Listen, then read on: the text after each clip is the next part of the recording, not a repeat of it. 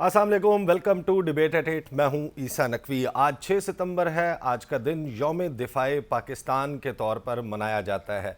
पाकिस्तान की सरहदों का तहफ़्फ़ुज़ कामयाबी से किया पाकिस्तान की मुसल्लह अफवाज ने, लेकिन आज साल 2023 6 सितंबर के दिन जब हम बात कर रहे हैं, लगता यह है कि पाकिस्तान का आइन जद में है। आईने पाकिस्तान का दिफा कौन करेगा, और उस आइन में जो पाकिस्तान के शहरियों के हुकूक दर्ज हैं उनका तहफ़्फ़ुज़ कौन करेगा। वकला तंजीमें माजी में इस हवाले से बड़ा ही फ़ाल किरदार अदा करती आई हैं। इस वक्त जब एक ऐसी फ़िज़ा नज़र आ रही है कि हुकूमत और अदलिया के दरमियान एक महाज आराई है, इदारों का टकराव है, और आइन में दर्ज बहुत से ऐसे प्रोमिसेस जो कि पाकिस्तान के सिटीजन्स के साथ, शहरियों के साथ किए गए हैं, वो पूरे होते हुए नज़र नहीं आ रहे। हमारे सामने एक वाज़ेह मिसाल मौजूद है कि पंजाब और खैबर पख्तूनख्वा पाकिस्तान के दो बड़े सूबे, वहाँ पर जनवरी के महीने से निगरान हुकूमतें मौजूद हैं। आइन का प्रियम्बल ये कहता है कि ये मुल्क खुदादाद है, और मुल्क खुदादाद में जहाँ पर हम ये यकीन रखते हैं कि तमाम तर इख्तियार खुदाए बुज़ुर्गो बरतर की ज़ात का है, तो मुमलिकत खुदादाद में रियासत इस इख्तियार को अवाम के मुंतखब नुमाइंदों के ज़रिए इस्तेमाल करेगी। तो अवाम के मुंतखब नुमाइंदे इलेक्शन होंगे तो फिर सामने आएंगे। इस वक्त निगरान हुकूमतें मौजूद हैं, इनकी आइनी और कानूनी हैसियत क्या है, जो कुछ नज़र आ रहा है स्टेज के ऊपर हमें होता हुआ, वो वाज़े तौर पर इशारे दे रहा है कि एक ख़ास पॉलिटिकल पार्टी जद में है। ये बात डिबेटेबल है कि उनके जराइम की क्या अंडरस्टैंडिंग है हुकूमत और रियासती इदारों की, लेकिन उनके हुकूक का तहफ़्फ़ुज़ हो पा रहा है या नहीं।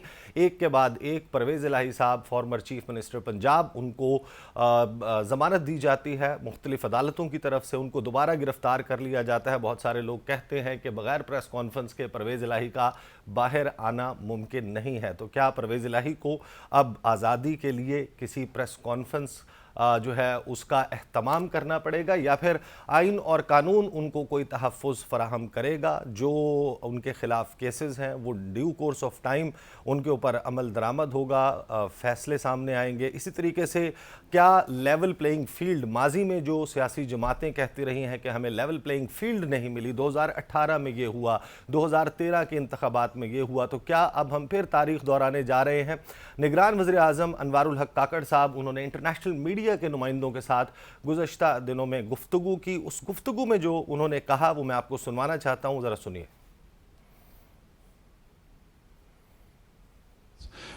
I don't have any sort of confusion or qualms on any political party, including PTI, that they would be part of the electoral process. They are a registered political party with the Election Commission of Pakistan. Does that delimitation has to be done by the Election Commission of Pakistan? Of course it has to be done. For how long does that exercise take? It is anybody's guess, but I am pretty much confident that it would be within the reasonable framework of time. तो निगरान वज़ीर आज़म जो हैं वो ये कहते हैं कि उनको कोई कन्फ्यूजन नहीं है इस हवाले से कि किसी पॉलिटिकल पार्टी जो है उसको इंतखाबात में हिस्सा नहीं लेने दिया जाएगा, लेकिन सवाल ये है कि जो इंतखाबात में हिस्सा लेना है वो उसके ऊपर इतनी कदगनें लग जाएंगी कि PTI का जो वफ़द इलेक्शन कमीशन ऑफ पाकिस्तान से मिला, उन्होंने कहा कि हमें यकसा मौक़े फ़राहम किए जाएँ, और निगरान हुकूमतों के क़याम के बाद प्रैक्टिकली पाकिस्तान इस वक्त इलेक्शनियरिंग के फ़ेज़ में दाखिल हो चुका है। क्या इस वक्त तमाम सियासी जमातों को यकसा मौक़े मुयस्सर हैं कि वो आज़ादाना तरीके से अपनी इलेक्शन मुहिम चला सकते हैं, कॉर्नर मीटिंग्स कर सकते हैं, रैलियां निकाल सकते हैं, जलसे कर सकते हैं, या फिर ये होता हुआ नज़र नहीं आ रहा? एंड ऑब्जेक्टिव की अगर बात करें तो पाकिस्तान की मुख्तलिफ वकला तंजीमें, बार काउंसिल्स, बार एसोसिएशंस अब वो मुतालबा करती हुई नज़र आ रही हैं कि सदर पाकिस्तान आरिफ अलवी साहब, जिनका ये इख्तियार है आइन के आर्टिकल 48(5) के तहत कि वो इंतखाबात की तारीख़ का 90 दिन के अंदर अंदर ऐलान करेंगे। तो वो ऐलान अब तक क्यों नहीं हो पाया और आखिर क्यों मुख्तलिफ सियासी जमातों और वकला तंजीमों को सदर पाकिस्तान से उनके एक इख्तियार को याद दिलाने के लिए मुतालबात करने पड़ रहे हैं। कल 7 सितंबर को सुप्रीम कोर्ट बार एसोसिएशन के ज़ेर एहतमाम वफाकी दारुल हुकूमत इस्लामाबाद में होने जा रहा है वकला कन्वेंशन, लेकिन उसके फिर 2 दिन के बाद पाकिस्तान बार काउंसिल ने हड़ताल का ऐलान किया है। इन तमाम मामलात के ऊपर आज के प्रोग्राम में डिस्कशन होगी। मुझे ज्वाइन कर रहे हैं स्काइप के ज़रिए हसन रज़ा पाशा साहब, चेयरमैन पाकिस्तान बार काउंसिल के। सबाहत रिजवी साहिबा जो है वो मुझे लाहौर से ज्वाइन कर रही हैं, जनरल सेक्रेटरी हैं Lahore high court bar association की। और शुएब शाहीन साहब मुमताज़ माहिर कानून हैं, फॉर्मर प्रेसिडेंट हैं इस्लामाबाद का बार काउंसिल के, वो भी मेरे साथ यहाँ पर स्टूडियोज़ में मौजूद हैं। Very warm welcome to the show आप तमाम लोगों को। आगाज़ जो है वो शुएब शाहीन साहब मैं आपसे करूँगा कि आज यौम दिफ़ाए पाकिस्तान है और यौम दिफ़ाए पाकिस्तान पे हम देखते हैं कि पाकिस्तान का जो आइन है आज शायद उसको भी दिफ़ा की ज़रूरत है। तो जो दिफ़ा है आइन का वो किसने करना है, कैसे होगा, और क्या वकला तंजीमें, बार काउंसिल, बार एसोसिएशंस ये तमाम आपको लगता है कि एक प्लेटफॉर्म पर आएंगी इस मकसद के लिए? देखिए, एक प्लेटफॉर्म का तो मेरा ख्याल है होना चाहिए। हमारा ऑल पाकिस्तान लॉयर्स कॉन्फ्रेंस कल रखी हुई है और पाकिस्तान बार काउंसिल का भी एलामिया जारी हुआ है और उसमें भी कोई शक व शुबा नहीं है कि उन्होंने भी 90 डेज़ इलेक्शन की बात की है। ये अलग बात है कि पिछले इलेक्शंस 90 डेज़ में नहीं हुए थे पंजाब और केपी के, और उस वक्त भी हम पाकिस्तान बार काउंसिल से यही रिक्वेस्ट करते थे कि आज अगर आइन की वायलेशन हो गई तो ये ना मिटने वाला और ना ख़त्म होने वाला, ना थमने वाला एक सिलसिला शुरू हो जाएगा। और आज जो कैफियत है, प्रैक्टिकली आपका आइन मुअत्तल है, कागज़ों में मौजूद है, बुनियादी हुकूक का प्रैक्टिकली मुअत्तल हैं। पीटीआई को जी लेवल प्लेइंग फील्ड देने की तो दूर की बात है कि जी तमाम पॉलिटिकल पार्टीज़ होंगी। आपने प्राइम मिनिस्टर साहब की स्टेट तकरीर चलाई है। तो आज जो योम दिफ़ा है कराची में या पाकिस्तान में, कई लोग हमारे पीटीआई के वर्कर्स योम दिफ़ा बनाने के लिए अगर उनकी कोई रैलीज निकली हैं या कोई इकट्ठ हुआ है तो उनके खिलाफ भी एफआईआरें कट गई हैं। तो ये अगर सिचुएशन हो गई तो मुझे बताएं 14 अगस्त को भी पाकिस्तान का झंडा लेके, पीटीआई का झंडा लेके जो वर्कर बाहर निकला है उनके खिलाफ एफआईआरें कट गई, और जो सिर्फ पाकिस्तान का झंडा लेकर निकला और पीटीआई का वर्कर था उसके खिलाफ भी एफआईआरें कट गई। ये अगर सिचुएशन है आपके मुल्क की लेवल प्लेइंग फील्ड देने की तो फिर अल्लाह ही हाफिज़ है। जिसको चाहा उठा लिया, जिसको चाहा। सदाकत अब्बासी को आप देखें कितने दिन हो गए, कोई मान ही नहीं रहा। सामने इस्लामाबाद में पार्लियामेंट लॉजेस के बाहर से सादा कपड़ों में उठा लिया गया। और इसी तरह जो परवेज़ इलाही के साथ हो रहा है, परवेज़ इलाही वाले मामले पे शुएब शाहीन साहब ना ही डिस्कस करें उसको बैठे उनकी प्रेस कॉन्फ्रेंस होना कितना ज़रूरी है और वो प्रेस कॉन्फ्रेंस के बगैर बाहर आ सकते नहीं, इस पर मैं बात करता हूँ। पाशा साहब, आप मुझे बताइएगा कि पंजाब और खैबर पख्तूनख्वा में जब असम्बलियाँ तहलील हुई उसके बाद एक मुनक़सिम राय मौजूद थी। हमने नहीं देखा कि तमाम वकला तंजीमों में एक इत्तेहाद मौजूद हो कि इलेक्शंस जो हैं वो हो जाने चाहिए। 2 मुंतखब असम्बलियाँ रुखसत हो चुकी, 90 दिन में इलेक्शन होना चाहिए। अब आपकी तरफ से भी ये मुतालबा सामने आ रहा है सदर पाकिस्तान से। एग्जैक्टली एक तो मुझे बताइएगा 9 सितंबर को आप करने क्या जा रहे हैं?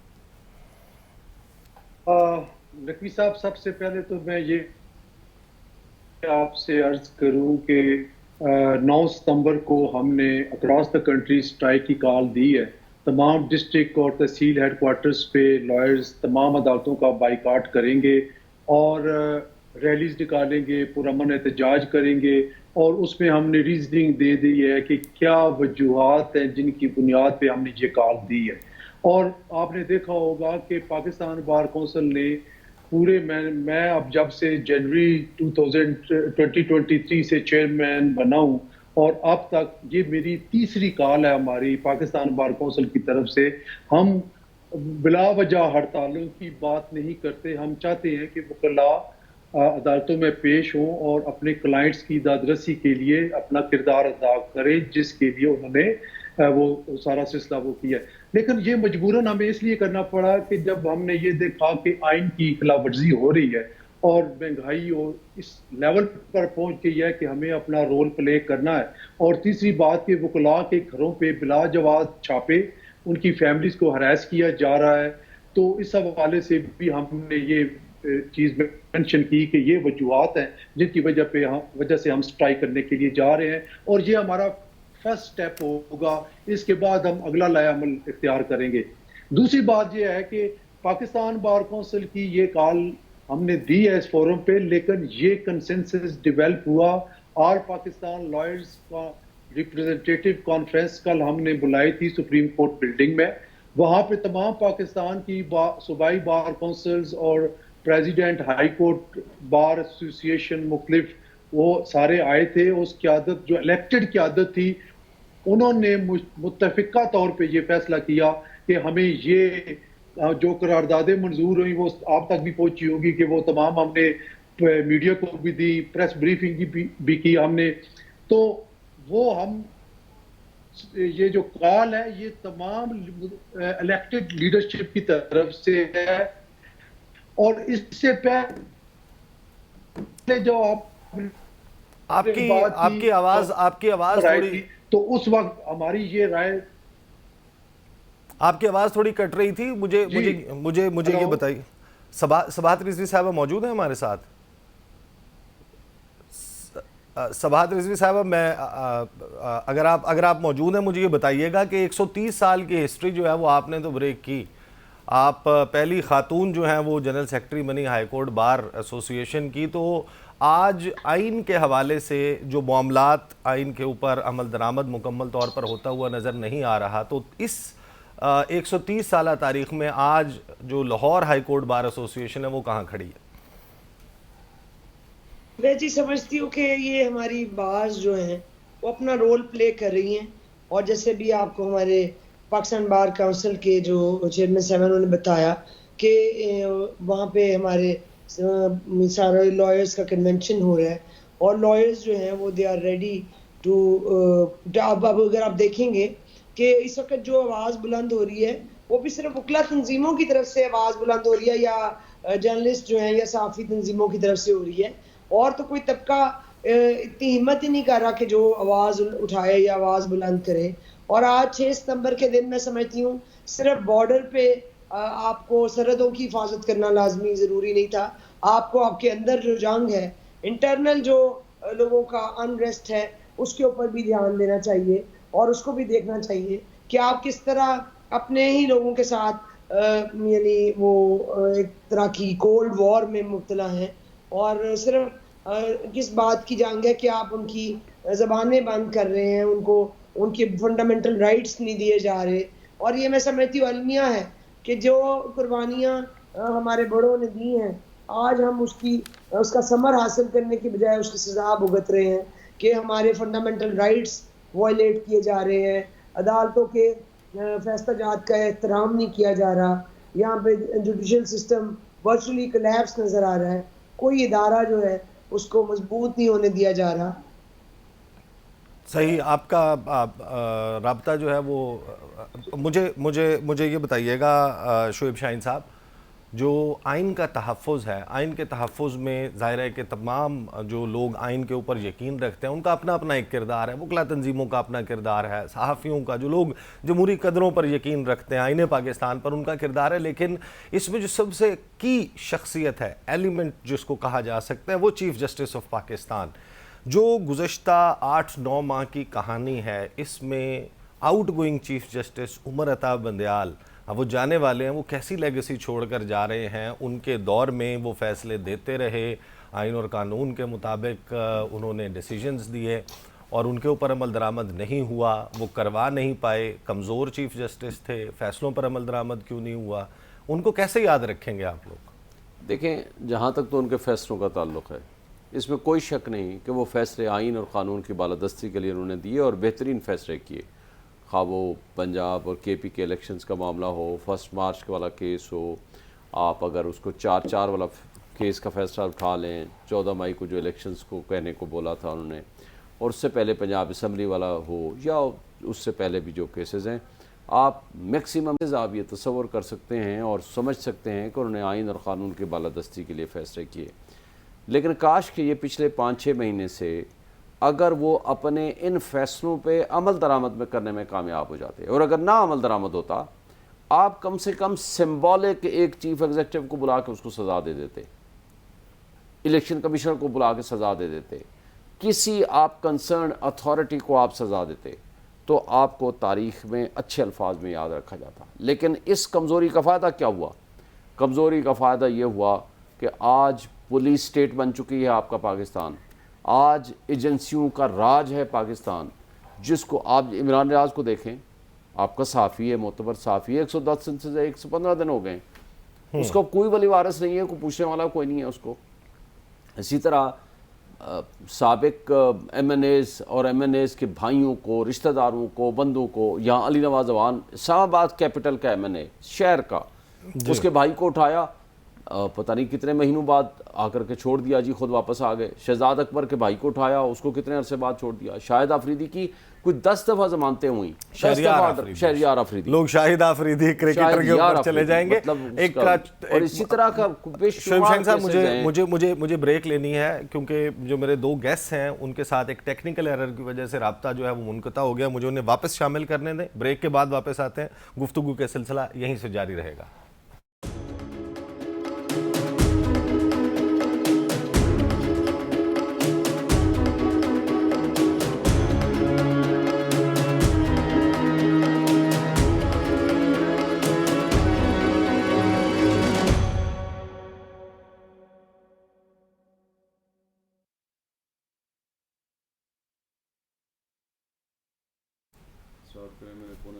हेलो, आवाज़ आ रही है?